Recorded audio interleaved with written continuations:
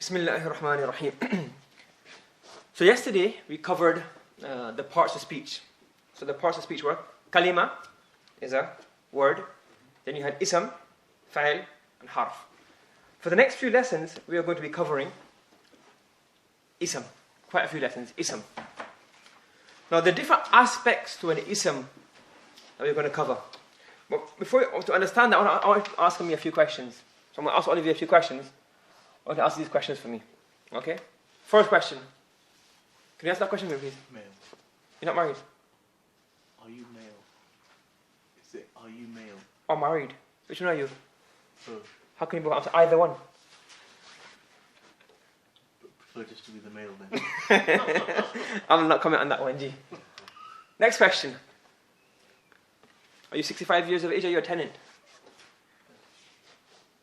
Well, I'm not 65, so I'm a tenant. Next question. Are you single or are you employed? Employed. Okay. Are you under the 65 years of age or are you English? Yeah. Which one are you? Both. What's wrong with all of these questions? What's wrong with all of these questions? You can't give one. There's no order. And It's assuming there's you either or. These don't really make sense. I mean, male doesn't go with married, does it? I mean, no. That's what I mean. There's no order with the you don't, yeah, exactly. opposite. Tenant and house owner goes with. Yeah, exactly. So this would probably go with this. So these questions are all over the place.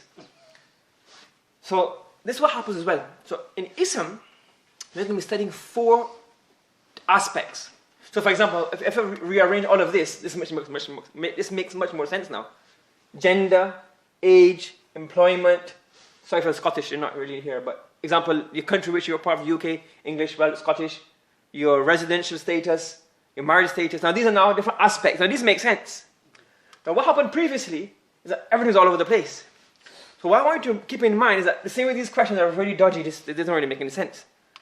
And when you put it in order, it fits. So when we're studying nouns, ism, we're going to study nouns from 4 perspectives. How many perspectives? 4. Now keep these 4 separate. So for example, when we start discussing, for example, the first thing we discuss today is definite and indefinite. Okay, for example.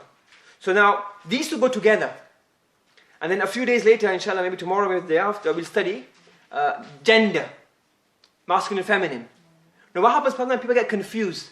And they get the categorization mixed up. So basically, they're doing this and asking dodgy questions. They say, well, I thought it was definite, I thought it was gender, I thought it was muzakkar, I thought it was masculine and feminine. Look, they all go separate, they all go into categorization. So one noun or one person can be one of all of these. You can be single, tenant, Welsh, male, female, and you get what I'm saying? So even when it comes to noun categorization, verb categorization, we're looking at it from different aspects. So keep each aspect separate. So we're looking at a noun, we're going to study ism in 4 different aspects, characteristics. So look at each characteristic differently. Don't get muddled up between how they are. You get what I'm saying? Sometimes they get confused. Like for example, in verbs, you will say, well, is it madhi or is it mudari? Is it present or is it future? I'm not going to mention other names, so I don't want to confuse you. But when the other terminologies come up, don't get confused that I thought you said it was this. Because each is a different perspective. Okay? Moving on. So there are 4 perspectives or characteristics we're going to study regarding nouns. I said verbs will come separate in the other subject. And harf, we'll do a bit of harf later on. First we're studying on nouns. We'll analyze the nouns properly. Okay? Majority of good, maybe 60% of the language is nouns. Okay? Now, the first thing is definite. What does definite mean? Definite, definite. Something that is not changing. Not changing. It's fixed. It's known. That's a good word. It's known. Okay. It's definite is also mean, you're right in terms of grammatically, but in Arabic perspective, when it's a definite, it means something that we know of. So it's a particular one. It's particular. And the opposite of that is going to be indefinite. So for example, when it's a definite, it's something the listener knows about. So let's say for example, if you met one of your friends and he said, let's go have a cup of tea. You said, no, I'm going to A class. Is that definite or indefinite? Indefinite. It's indefinite because he doesn't know about it.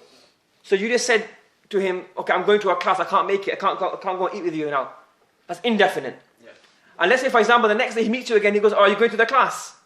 Now, he understands that, okay, there's a particular class you go to every day at 7:15 or 7:45, whatever. Now, it's definite to him, it's in his mind. He knows about this. You get what I'm saying? So something that you don't know about or is new is mentioned for the first time. This is called indefinite. And if it's known or you know what it's talking about, it's called definite. For example, the man. Now, I can only say the man when you know about this man. If I point to the shelf and say, get me the book, what would you think? What would your first question be? Which book? Because there's no book that you know. There's a whole set of books. So you don't know which book I'm talking about. Yeah. You get what I'm saying? Now, if I'm looking at you and I say, okay, open the book, it will automatically refer to the book that we're studying now in class. You get what I'm saying? So, this is called definite. When obviously the speaker needs to know about it, but more importantly, the listener needs to know about it. But let's say, for example, I know about it. The parcel came. So I know what parcel came because I ordered the parcel. Maybe my kids know what parcel came. My wife might know what parcel came. She was like, which parcel? I don't know. So even though I know about it, it's more important the listener knows about it. The person you're talking to, if he knows about it as well, then you'll use definite. And if not, you use indefinite. For example, a man. And as you can tell from the English examples, what's the defining factor of definite and indefinite? The and a. So when you have the, it refers to something particular. In Arabic, now obviously we're studying Arabic, not studying English grammar here. So what makes it definite in Arabic? So yes, there are many things, and if you studied grammar before, or if you're going to study grammar later on, you come across about 6, 7 things. But we're studying, as I said, we're just doing prop-ups, we're just doing a basic introduction. So for now, I want you to remember 2 different things. One is alif lam, al. So any noun that has al at the beginning is going to be what? Definite. Meaning that's basically the equivalent of the. Alif lam is basically the equivalent of the in English. And the opposite of that is going to, for example, ar-rajul. So rajulun means man. Now when you say ar-rajul, the alif lam at the beginning is equivalent to what? The. So now this ar-rajul means that we both, the speaker and the listener, they both know about a particular man that they're both referring to. And obviously Muhammad is what? A name. So even though it doesn't have alif lam, but obviously it's going to be what? Definite. On the opposite side, we have the tanween. Remember yesterday we mentioned the sign of a ism is what? Either alif lam or tanween. So tanween is now a sign of which kind of ism? An ism which is indefinite. Making sense? So the definite noun is al on it, which is the, and the indefinite will have tanween. For example, rasulun. So what does that mean? Messenger is rasul, but what does this mean? A messenger or the messenger? A messenger, because we're not aware of who's being referred to here. Do you understand? You got it? You got the concept? So, definite is something that the listener knows about and the speaker talks to him in a way that he understands that what is being talked about, what is being spoken about. And the opposite of definite is what? Indefinite. And in English, the defining factor is the and a, and the equivalent of the in Arabic is what? Al, the alif lam at the beginning. And the defining factor of an indefinite noun is what? The tanween. So, ar-rajul, the alif lam makes this word definite, and the rasulun, the tanween on this makes this what? Indefinite. And even though this has tanween, so it should be on this side, shouldn't it? But because what does it have? It's a name. And obviously when you're speaking about a name, you know what you're talking about. You can't say, oh, Ahmad, and I didn't mean Ahmad, you know. When you say Ahmad, you mean Ahmad. It's obviously known, it's obviously definite. You got the 2 different words, so definite and indefinite. Yeah. What's the Arabic of this? A definite word is called ma'rifa. What's the definite word called? Ma'rifa. What's it called? Ma'rifa. And an indefinite word is called nakira. What's it called? Nakira. So this is the first characteristic of a noun. We're going to discuss many things later on, 3 more. But for now, today's lesson is what? Ma'rifa and nakira. Ma'rifa and nakira. So, we start from kalima, which is any type of word. And then we said these are divided into how many categories? 2. 3. Which is? Ism, fail, harf. Ism is equal to a noun, pronoun, etc. Fail is a, and harf is a particle. So those 3 are the 3 main parts of speech, are the only parts of speech in Arabic. And now we're focusing onto ism. So we have the kalima, now we're into the ism. And the ism, we're going to study for 4 different aspects. But the first aspect that we're going to study it from is what? The definite, indefinite, or the ma'rifa, nakira aspect. Yeah, so the 2 keywords today are what? What are the 2 keywords? Ma'rifa and nakira. The 2 keywords are? And these fall under which category? Fail? Ism, not fa'il. It falls under ism. Got it? Yep. So again, we got a page from the Quran, the Mus'haf, the second page. Are you all familiar and comfortable with this Mus'haf, or you prefer the Arabic Mus'haf? I use both. Use both? Probably the Arabic, the other one. I'll use that sometime, inshallah. Okay. Right. So again, a recap. So ma'rifah or nakira. And the ma'rifah is recognized by what? Alif lam, or recognized by a name. And nakira has been recognized by what?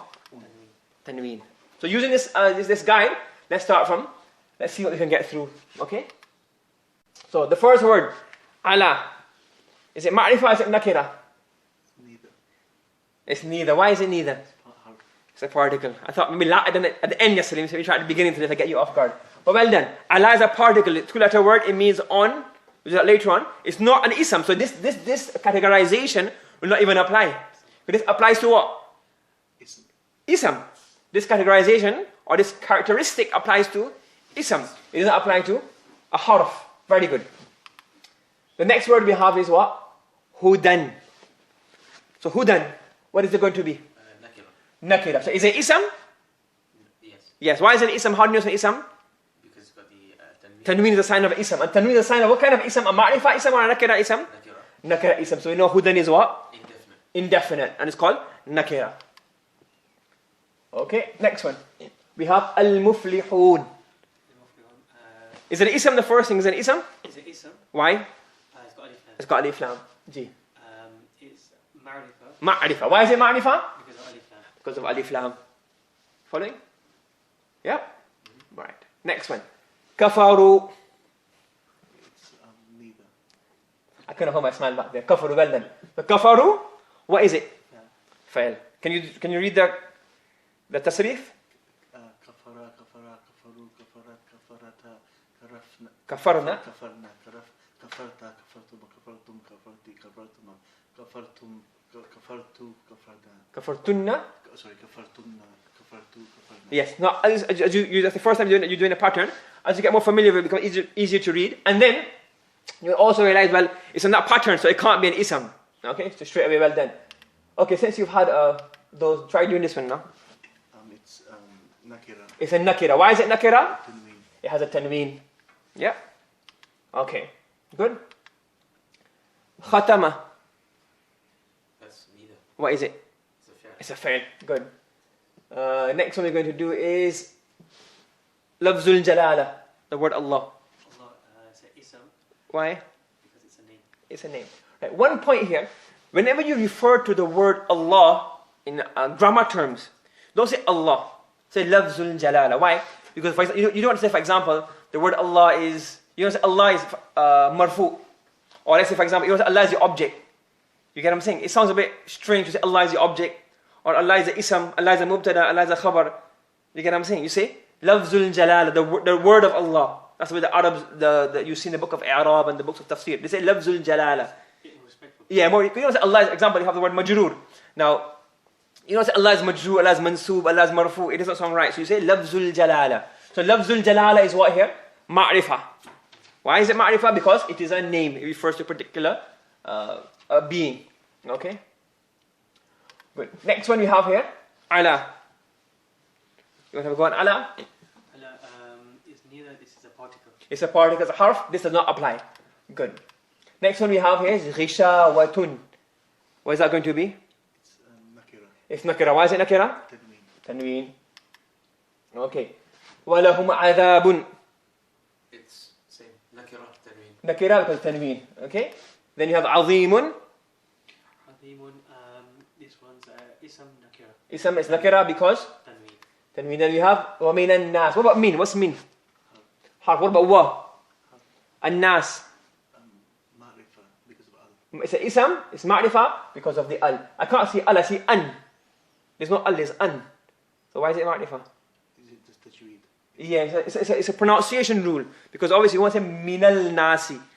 Qamariya Shamsiyya. Qamariya Shamsiyya, you've done it before. Yes, so that's why you do that more as you study the other books. But this alif lam is written there, so it is going to be. What about man? What's this man going to be? Fi'al. Fail. No, man. This man. Yeah. It's two letters.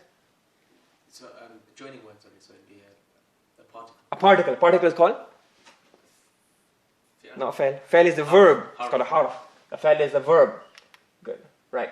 Al-akhir. That would be ma'ruf.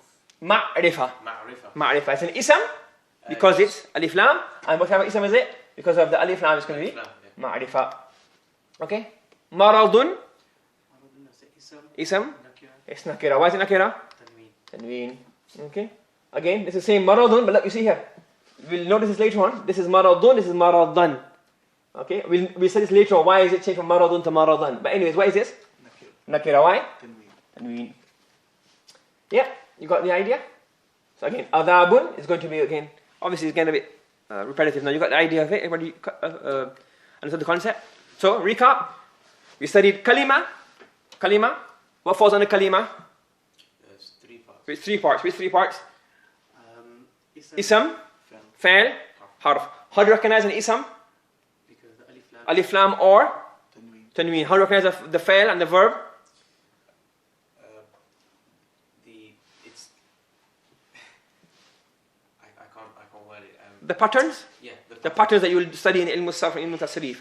And the harf, what's the little code or little rule of thumb for the time being? 2 letters. 2-letter words. It's not forever, but it's a rule of thumb to get you by. Names are ism, fa'il or harf? Ism. Name is ism. And how many types of isms are there? In terms of definite and indefinite. You get 2. Ma'rifa and Ma'rifa and nakira. Ma'rifa is what? Definite, indefinite? Definite. And indefinite is called? Nakira. And nakira is called? nakira. What's nakira called?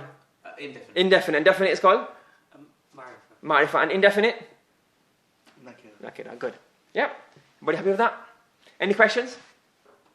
No questions? Why is kafaru at the top classed as a fi'l? You said. Have you done fa'ala? Yeah. Fa'ala? Fa'alu. Okay, it's a verb, right? Yes. Okay. So fa'ala, fa'ala, fa'alu. So it's on the pattern of the third one of the madi. Fa'ala, fa'ala, fa'alu. Question. Okay. Subhanallah. Subhanakallahumma. وبحمدك نشهد أن لا إله إلا أنت نستغفرك ونتوب إليك